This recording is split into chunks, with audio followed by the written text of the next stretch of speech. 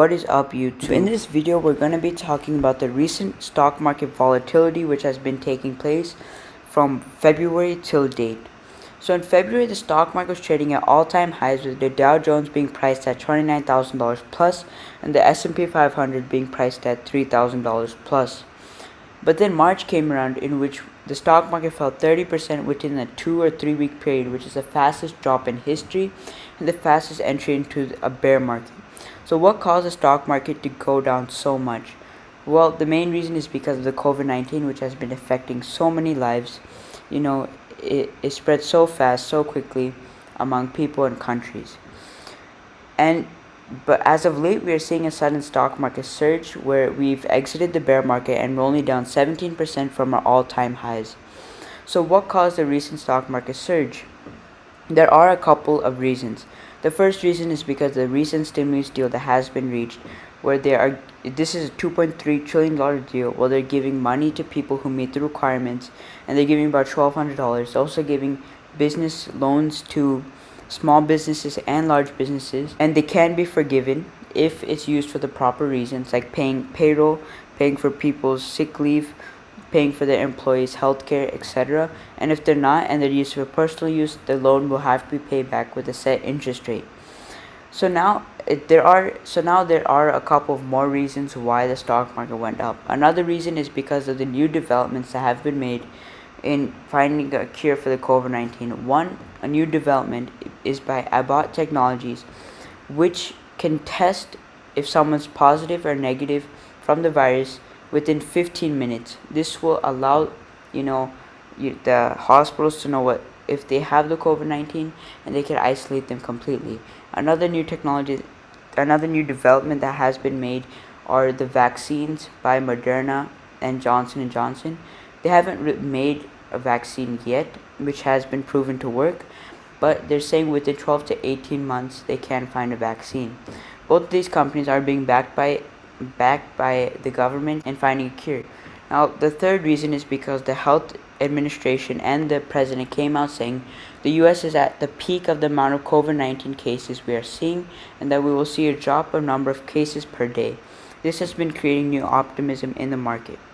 And politically, there is another big reason why the stock market has been going up. Well, Bernie Sanders has dropped out from the presidential run, and the stock market went up because now Donald Trump has a higher chance of winning, and Donald Trump has more friendly policies towards businesses, as they pay less taxes, etc.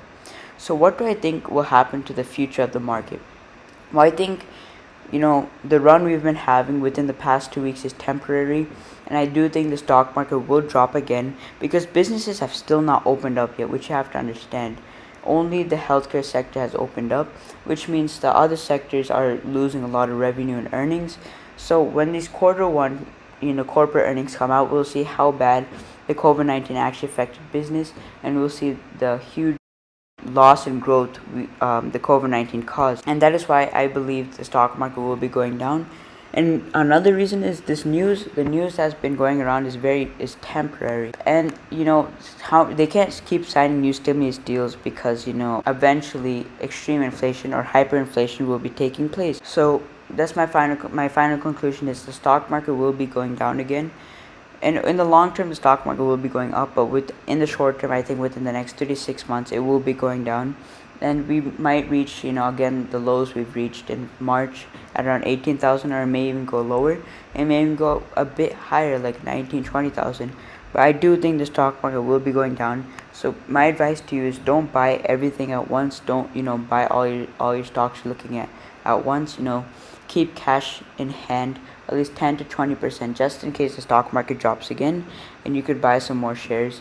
Meaning you can lower your cost basis, etc. Another thing you have to keep in mind is that research your companies, because if you don't research your companies, you buy blindly, you could buy into a company that has a terrible balance sheet, it has no growth whatsoever, and it may even go bankrupt. So, and in this scenario, don't look too much for growth, because growth will be slowed down.